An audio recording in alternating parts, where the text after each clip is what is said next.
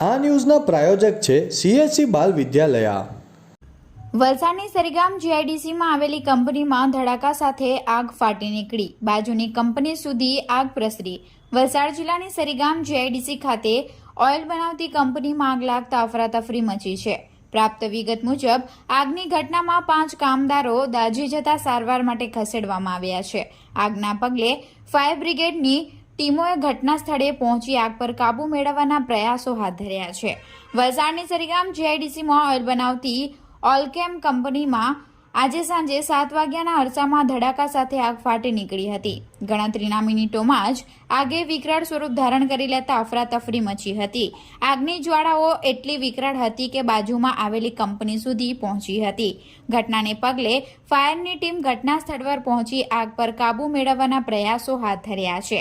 મળતી વિગત મુજબ કંપનીમાં કામ કરતા 2 મહિલા કામદારો સહિત કુલ 5 કામદારો દાઝી જતા સારવાર માટે ખસેડવામાં આવ્યા છે।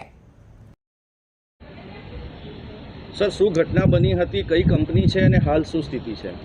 ઓઇલકેમ ઇન્ડસ્ટ્રીઝ લગભગ સાંજે 6:55ની આજુબાજુ એક બ્લાસ્ટ સાથે ફાયર લાગ્યો હતો અને એની અંદર મેઇનલી ઓઇલ પેકિંગનું કામ ચાલતું હતું, જેની અંદર 5 ઇન્જરી થઈ છે। એમાં 2 લેડીઝ છે, 3 જેન્ટ્સ છે, એને ભીલાડ શ્રીજી હોસ્પિટલમાં દાખલ કરેલ છે અને અત્યારે ફાયર ફાઇટિંગનું કામ ચાલુ છે। વલસાડ જિલ્લાના મેક્ઝિમમ બંબાવાલા અહીં હાજર છે અને અત્યારે આજુબાજુની ફેક્ટરીમાં ફાયર ના લાગ્યો કારણ કે બંબાવાળાની કુશળતાના લીધે, અને ફક્ત હવે ફેક્ટરી પૂરતું જ છે અને શોર્ટ ટાઈમમાં એ કવરઅપ થઈ જશે એવું લાગે છે।